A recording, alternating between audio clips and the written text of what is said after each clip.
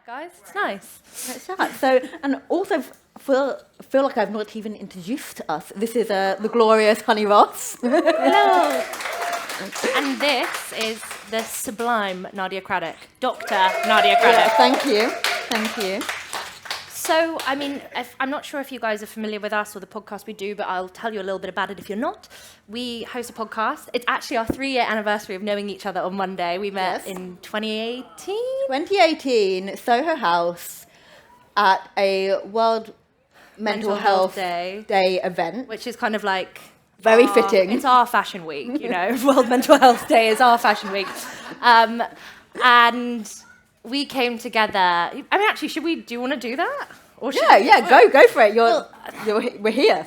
We came together through... you know what, let's dive in. We came together through being asked a very typical question, which is... And this was a moment of... So I turn up to Soho House and we're there. I'm the only fat woman in the room. And I felt very vulnerable, and it was a panel talking about body image. I didn't know Nadia yet. And the woman who was organising the event, her brother puts his hand up and goes, okay, I'm all for this body positivity nonsense, but, you know, at what point is it promoting obesity? And I'm like, oh, fuck, I have to do this again. Like, I've had this conversation, and it's exhausting, and it's really demoralising having to kind of, like, justify existing in the body you do. And so I do the whole spiel that I've done a million times before, like, you know, you can't really tell anything about someone by looking at them. You don't know their health unless you're their GP. It's none of your fucking business, really. And, you know, I was feeling tired and sad, and then Nadia speaks up, and she just comes in with the facts back to back, and she knocks this guy down, and I was like, and that's my mum. And that night, I went to Nadia and was like, look, I've wanted to make a podcast for a while, but I didn't know how to do it on my own, and I didn't really know... I needed that level of science and information and knowledge, and Nadia is the queen of knowledge. And that night, we agreed to do a podcast together, and the rest is history. Do you want to talk a bit about the podcast? Yeah. So, the Body Protest, for those of you who don't listen yet, you can subscribe on all good podcast apps.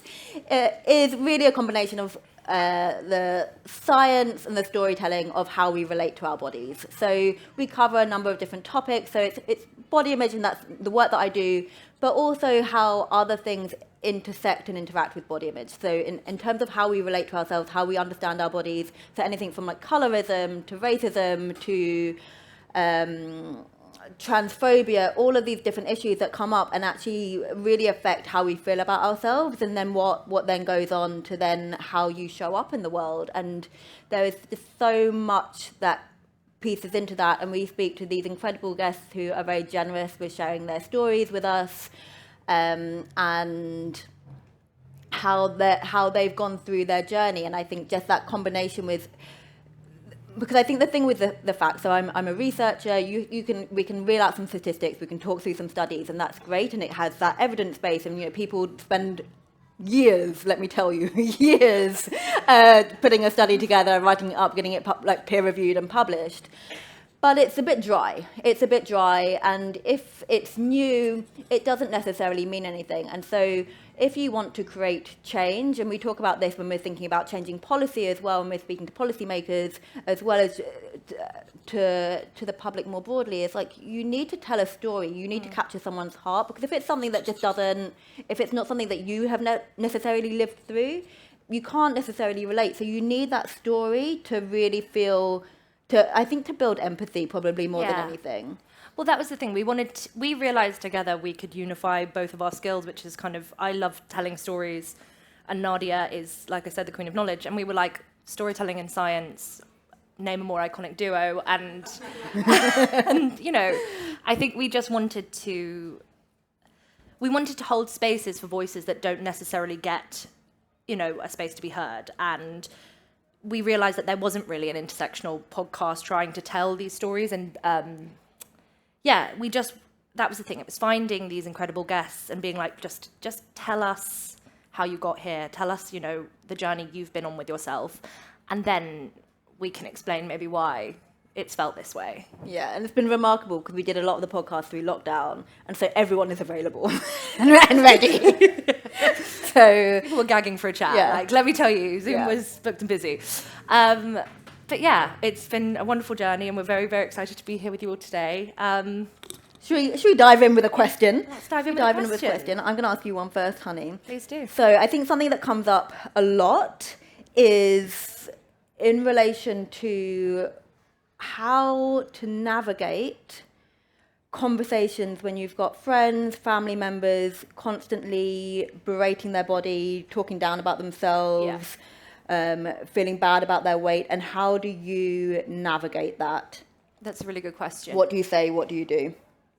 I mean, I think, first of all, it's knowing the boundaries with yourself around the way people talk about their bodies. And I think I, for a long time, would put up with hearing conversations, like people talking negatively about themselves. And it's like, especially when it's someone you love, it's really difficult. So understanding that that's something that you don't want to be around is important, and establishing that with yourself first. Because it's coming from a place of love. I think, talking negatively about yourself, negative self-talk, only makes your life harder. It makes the body you live in a harder place to exist. So when I see a friend or a family member talking negatively about themselves, I'm like, you would never say this to me, or you would never say this to someone you love. You wouldn't, but why? Because it's you feel like you can look yourself dead in the eye and be like, oh, I look awful, or say the most unpleasant things to yourself that you would never dream of saying to someone that you care about. I think it's important to remind people that the longest relationship you're going to have in your life is the one you have with yourself. I think people often forget that, and it's like, look, it doesn't matter the relationships you cultivate outside of that. You've got to come home to yourself every single night, whether you like it or not. That is non-negotiable. So you might as well start putting in that work. I mean, imagine if someone's saying that and then I chime in with that. That's a very jarring response, but you understand the extrapolation. I think my main thing is just trying to make people realize it's like, you don't have to do this. I think it's really hard to do, and especially when someone is in a moment of real lowness with how they're feeling about themselves, it's a really it's a complicated conversation to have. But I think, it's coming back to that thing of reminding them. It's complicated, and I think the point about boundaries is really useful. And I think what we know from the research is that these conversations are really common. So especially when we're looking with groups of women, it's almost like a rite of passage with bonding to be like, I'm disgusting, I look like this, or, I look better if I was thinner, blah, blah, blah. Like, oh, look at the lines of my face, look at the size of my thighs. Like, it's almost, we're almost conditioned to have those kinds of conversations. Yeah. And it's so common. So you'd look at a sample of 100 university students, women, you'll get like 90% who like regularly have those kind of conversations, because it is just something that becomes a norm. And I think a lot of it comes from insecurity, and because of the society that we live in and all the pressures that we have around the way that we look. But then also some of it is about belonging, and like you want to fit in with your friends. So if you've got one friend being like, oh, I hate this, you're like, oh God, what do I hate? Maybe I haven't looked at my arm recently, but actually that's looking a bit squiff. I don't know. I don't like it. So I think you kind of get tied into that. And although it can feel good in the moment in terms of, you're like, oh, I'm building some kind of connection, you're kind of building a bit of a warped connection that actually can lead you to feeling low. And again, when we look at the literature and look at the research and all these studies that people do, just hearing those conversations can leave you coming away and feeling bad, because it brings you into that mindset of what you look like is something that is inherently valuable, and what people are deeming as something that's important about you. So they're not looking at your personality, your what you hold, what your values are, what's important to you. The focus is on the body, and so even just having you're like reinforcing those societal messages that we have, that we kind of know that we're in this like toxic like landscape of like, you need to be thin, but like not too thin, you need to be like a certain skin color, like golden is like, the look, you need to not look old despite being like 45, like you have to have all of these like check boxes of how you should look. So we all know, you can all think of what society says is beautiful, and it's always very gendered, which is interesting to think about as well. But it's an impossible contortion, isn't it? It's like no one can exist in that perfect formation. It doesn't exist. And I think I remember it was actually one of the first interviews we ever did. It was Michelle Elman, and she said, when you talk negatively about yourself, and this applies to friends talking negatively about themselves, your body can't tell the difference. Like, your body, you may be like, oh, I was just joking about myself. Your body's just actually like, oh, wow, she's just waged war on this ass. Like, it's like, it really is like that. And I think your nervous system feels it.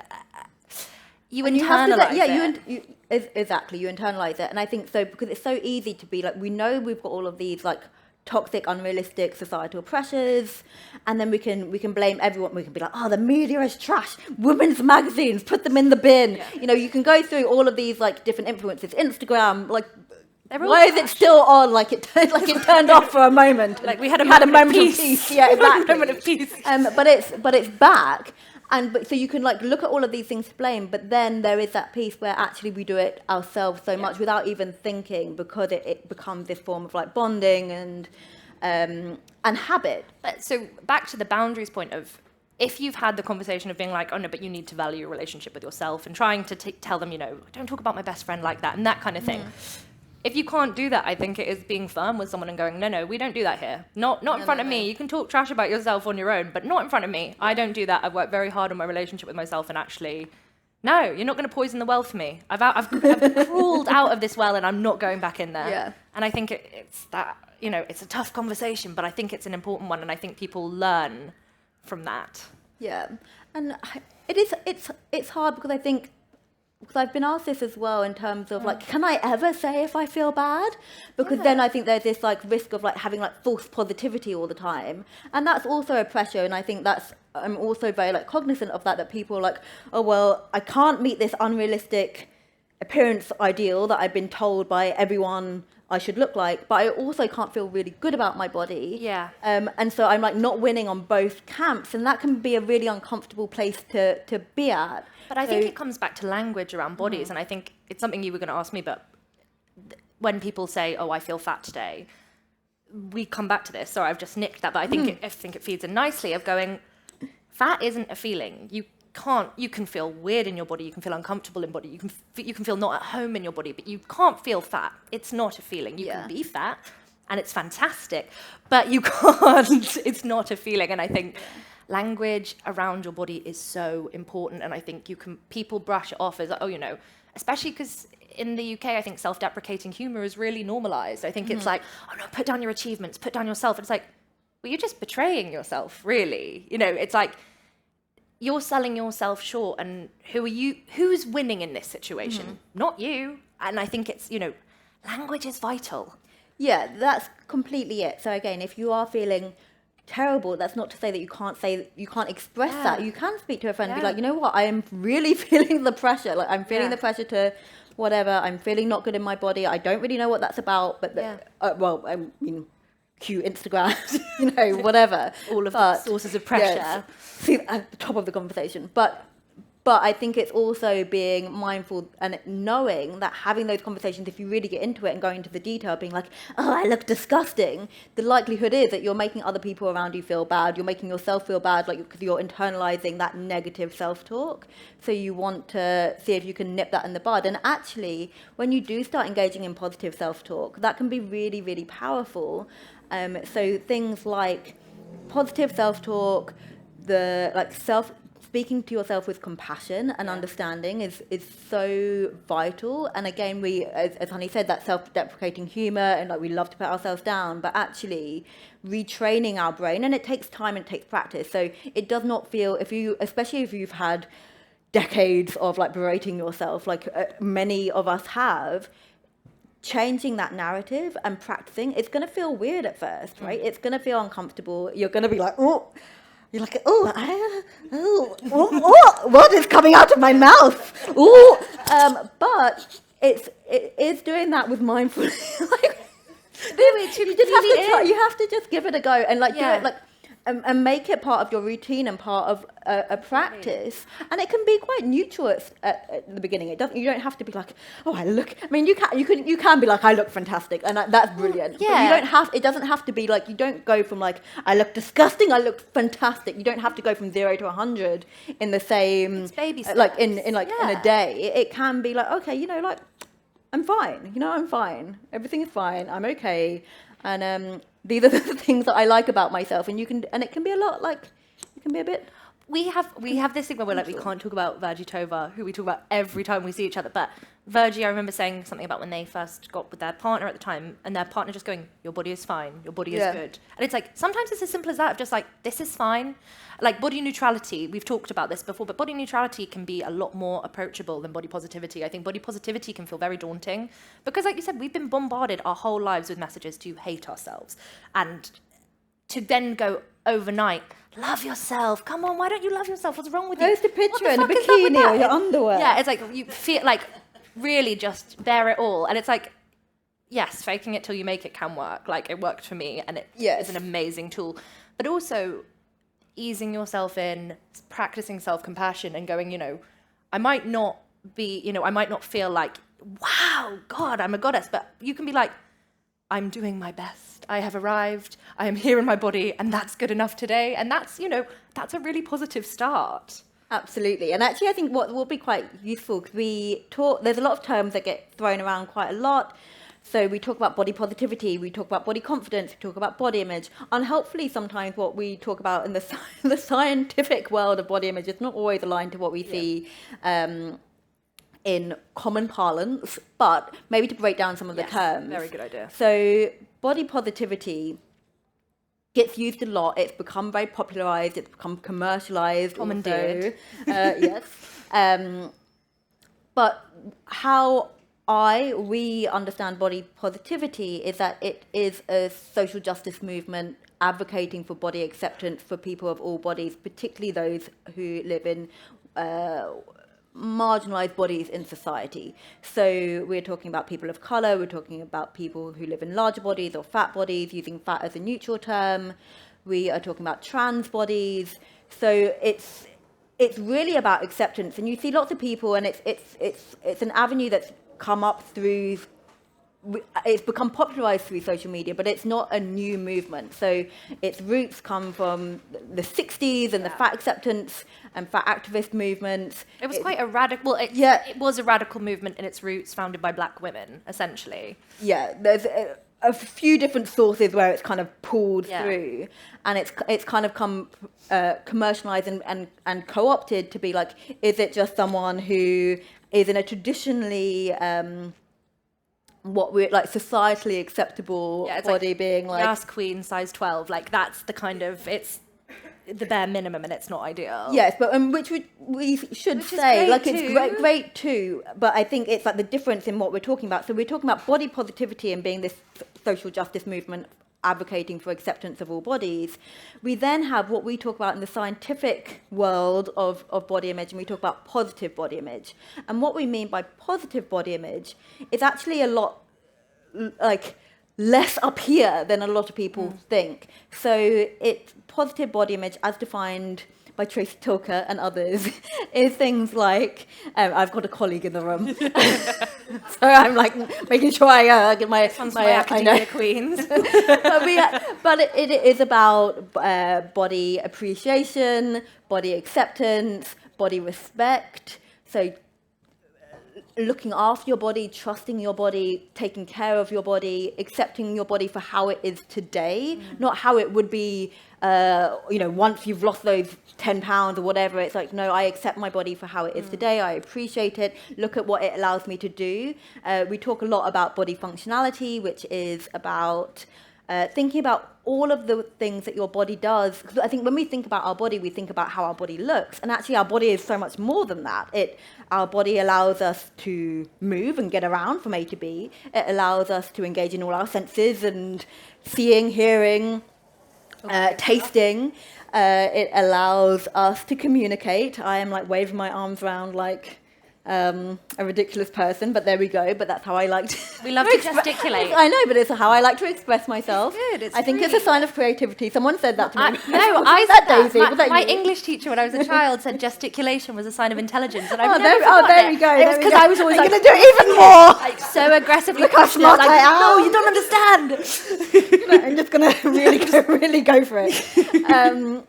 But yeah, it allows you to do a lot. Like it's smart things and things that we don't even like consciously think about. So like Yeah. sleeping, rest, like digesting food. I don't consciously think about doing that. It just happens. And isn't that amazing? Like, that's the thing of, Incredible. like, your body has gotten you through every single one of your hardest days. Even if that day fucking sucked, you still got through it. You still, I don't know if I'm allowed to swear, but I've been doing it.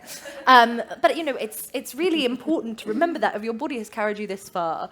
And, yeah, it needs to be appreciated. Okay, so I'm going to pause here because we can just talk and talk and talk. I know, we can. But I want to make sure if there's any burning questions in the room, Any questions? or you want to like direct our conversation, because again, we can really go off on a tangent. Hi. Oh, a mic is coming your way. Oh, thank you. I've only just joined this, but I'm really interested in the discussion. And what you were saying actually caught me and brought me in. Ooh, Beautiful. thank you. And I wondered, I mean, forgive me if you've talked about this already. No. But I wondered, because I was interested, I didn't think I was interested, then I realised I was, from the perspective of somebody who's older, whose body is changing, whose body is not like a lot of things I might see in the media. And in fact, I heard yesterday at another talk that ageism is a really big, I forget the statistic, but it's a thing. Yeah, completely. And maybe a thing that isn't heard about so much.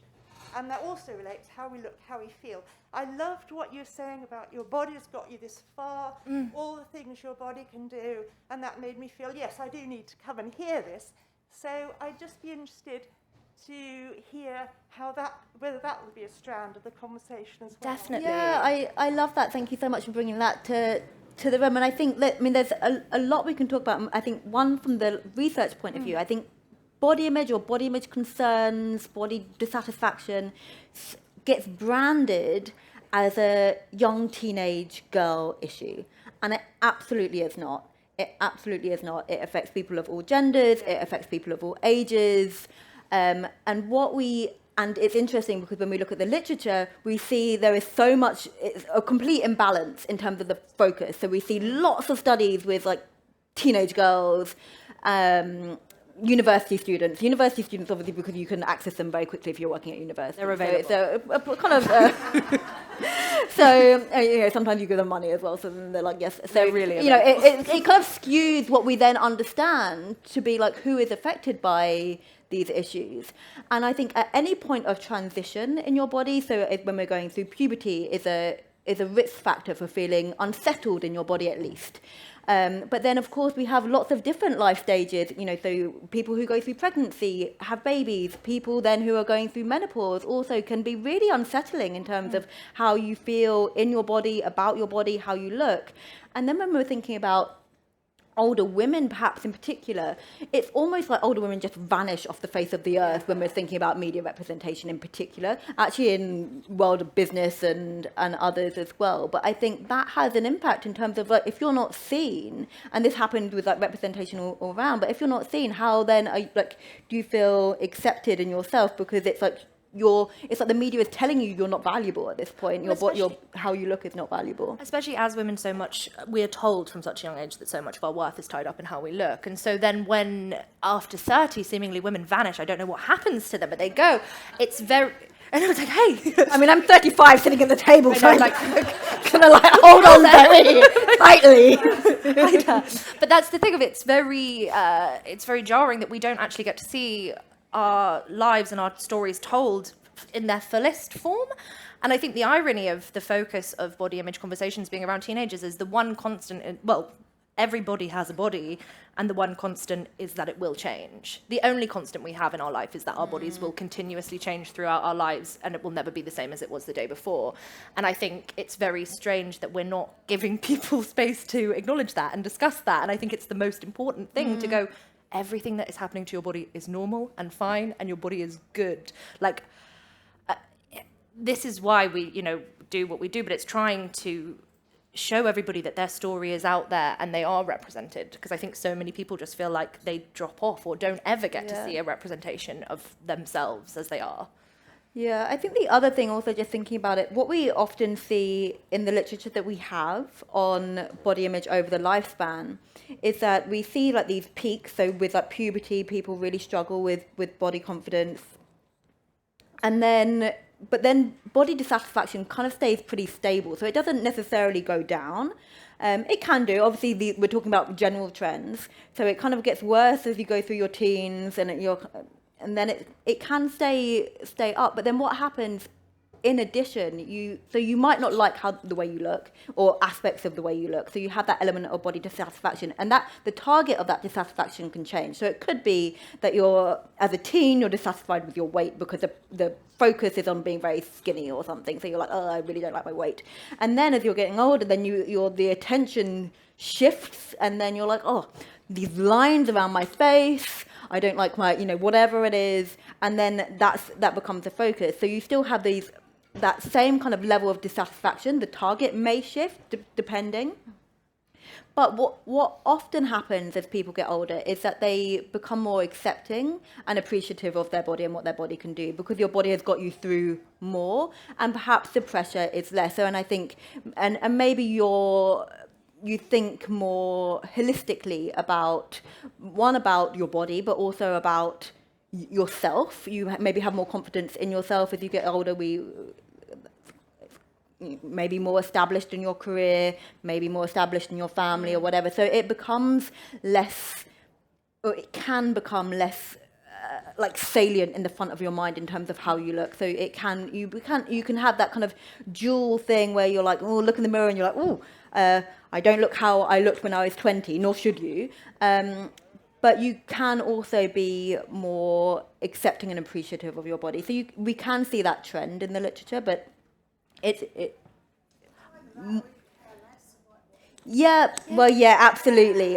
It becomes less important. Yeah, I think it's so important that it's like, my main thing is like, we should be shifting the importance away from how we look, and it's like, how I look is the least interesting thing about me. Like, and I think that's probably that's the truth for most of us, all of us, I'd say.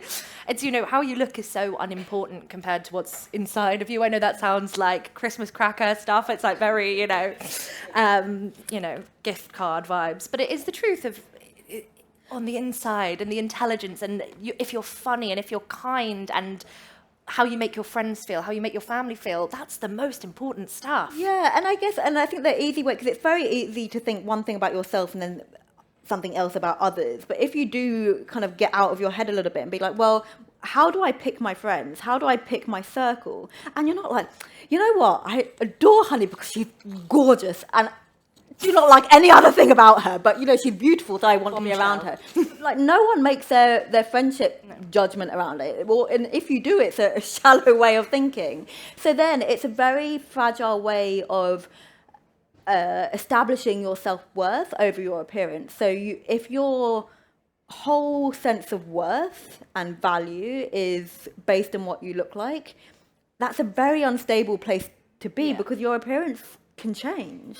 Well, also, people's perspective on what's attractive shifts. So the main thing is also being your own beauty standard really helps. If you're trying to fit into the beauty standard of the world, that's like 10 people. I don't think, the beauty standard is so narrow, the beauty ideal is so awful and rigid.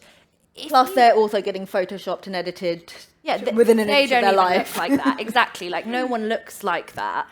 So I think it's kind of going like, figuring out the things that you find attractive about yourself and being like, no, I actually look fucking great. Like, actually, if you are your bar, if you're going like, I am the beauty standard for myself, no one can tell you anything. No one can do anything, because it's, it's how you feel about yourself in that day. I love how attentive these dogs are on your every word, hanging on. They're like, yes, I am beautiful. I am beautiful. And actually, they're very diverse also. And very diverse. We've got different hair, we've got different colouring, we've got different sizing. Yeah, That's the thing, you wouldn't look at a selection of beautiful dogs and be like, well, he's too big. He's a good boy, or girl, I don't know. But they are all stunning dogs, and they are all so different. And it's like, why can't we celebrate everyone like that? Yeah, and I think that... Yes, this is me! High five!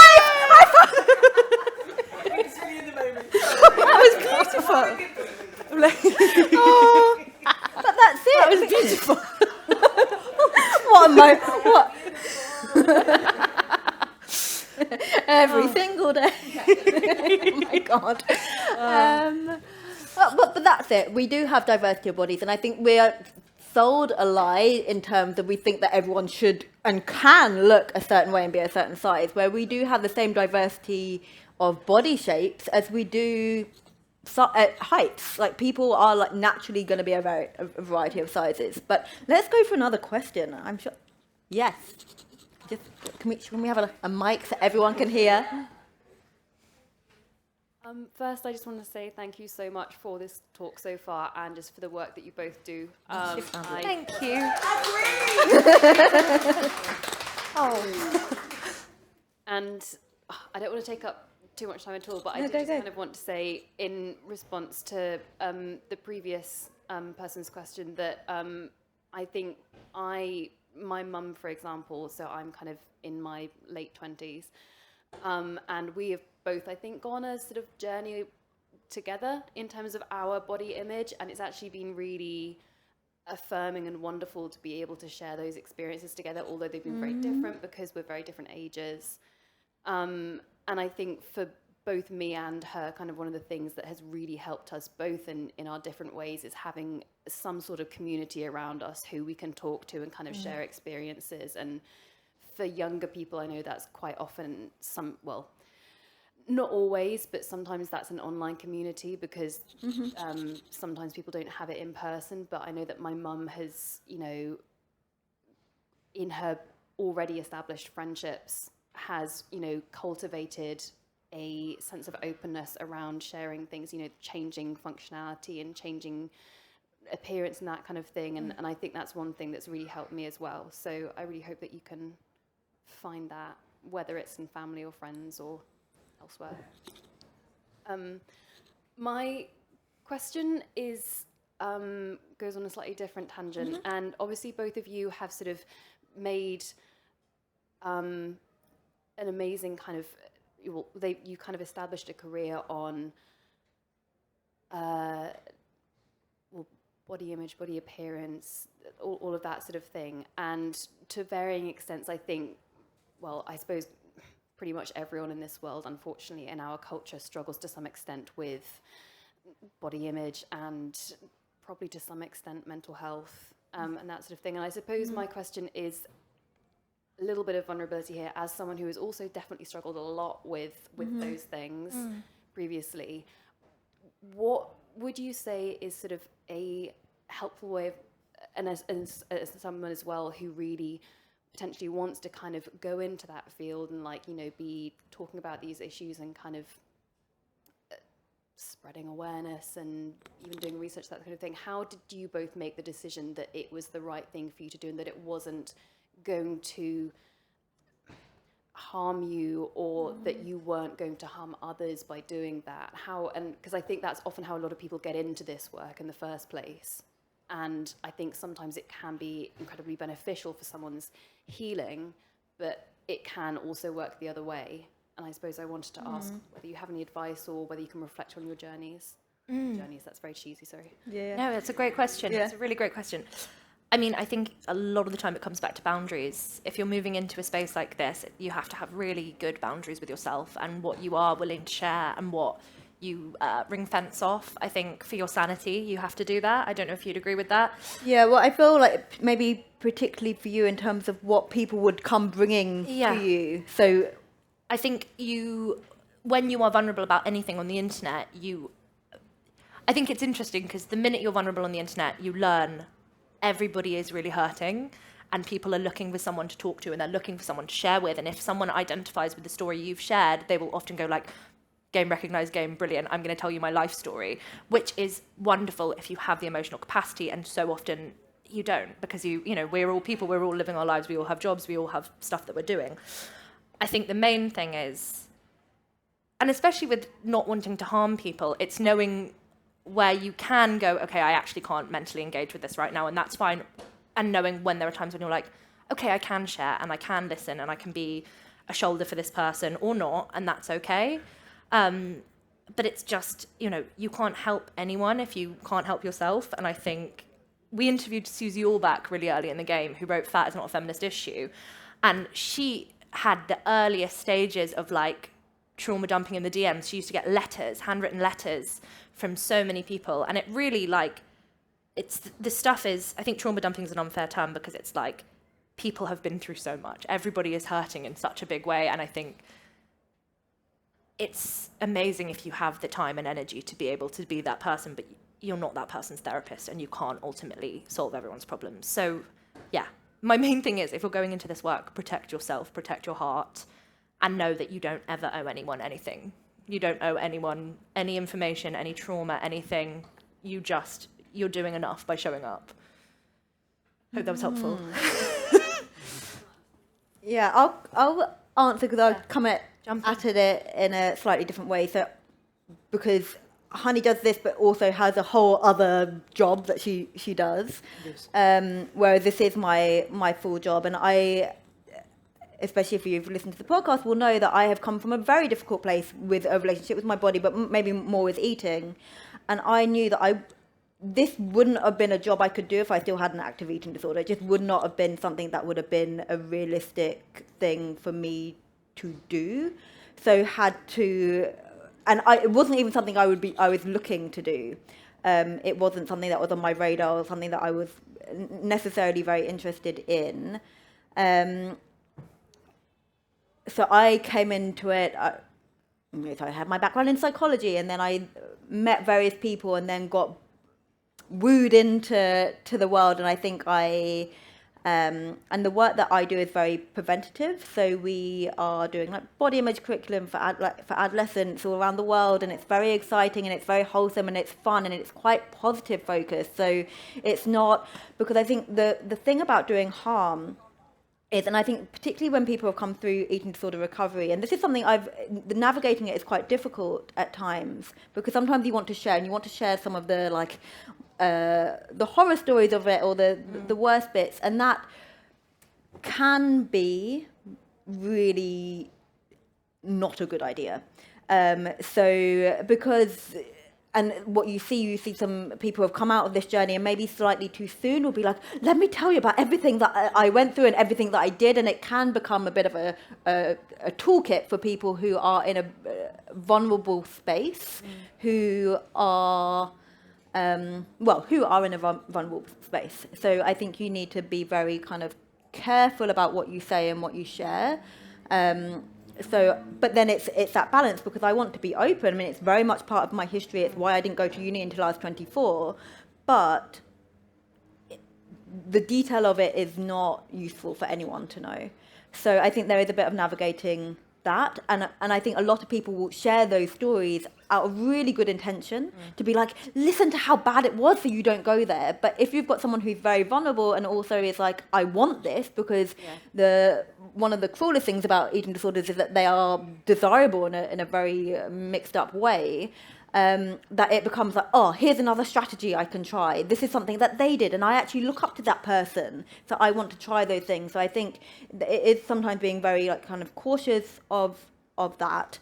And I feel like I'm going around on a bit of a tangent, but there's a lot to say. But I think what Honey was saying in terms of boundaries is really important. I think making sure you're in a good place yourself is useful, and also just being as informed as you can in terms of what's the evidence base, in terms of what is useful. Because that's really why like there are teams of researchers all around the world spending hours and hours, days and days, weeks and weeks, years and years, trying to publish a single study to have a nugget of evidence of like what is useful and actually what is not useful. And there are lots of things actually which seem intuitive to be useful but actually are not. So I think it is being as informed as you can of what is useful, because again, so it's a little thing as an example of something that you might think is useful but actually is not. So we spoke a little bit about that kind of negative body talk at the beginning of our conversation, but actually saying things like, oh honey, you've lost weight, you look snatched, you look good. Very unhelpful, actually. Yeah, not a good a useful thing to do, but it sounds positive.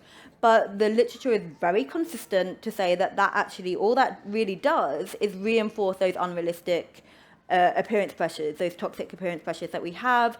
It reinforces those messages. We don't know why X person has lost weight. It might be nothing to do with an intentional weight loss program. It might be to do with an illness or grief, stress. There's loads of things that can lead someone for their body to change, either weight loss, weight gain. And then what happens if that person then puts on the weight again, which is the likelihood? Then they're like, well, you said I looked good then. Do you not think I look good now? Or did you not think I looked good before?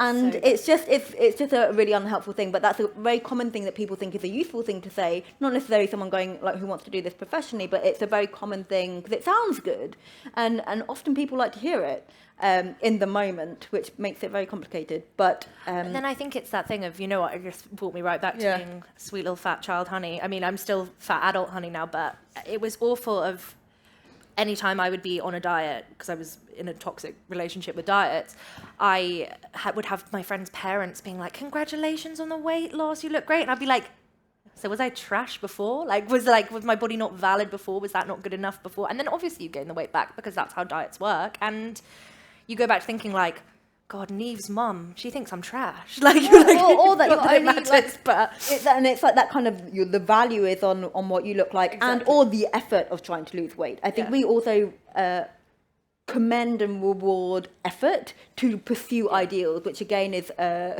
thanks to this. But it's true. It's like thanks to the society we live in. If you hear someone is on, it's very common to hear people being like, oh yeah, I'm on such and such a diet. Oh, well done, good job, good for you. Or I'm on this like whatever agenda regime, and it's actually not something you want to necessarily commend. So yeah, we've got 2 more minutes. oh wow. So I don't know if anyone's got anything burning they want to say. Any cues? No? I guess with that, I think we're done. We'll say thank you so much for joining us. Obviously, you can listen to us on the Body Protest podcast, available on all good podcast apps. You can follow us on the Curse shopping channel that is Instagram, if you're interested. We are there. But, I mean, I don't know why you would be. Instagram's trash. But yeah. But we're there. We've got a season 4 of the podcast coming. Slowly, it's simmering. It's on the stove. We've got some very saucy guests coming up. It's going to be very good. A lot of good range. So we're very excited. But yes, thank you so much. Thank you. And everyone have a lovely festival. Yeah.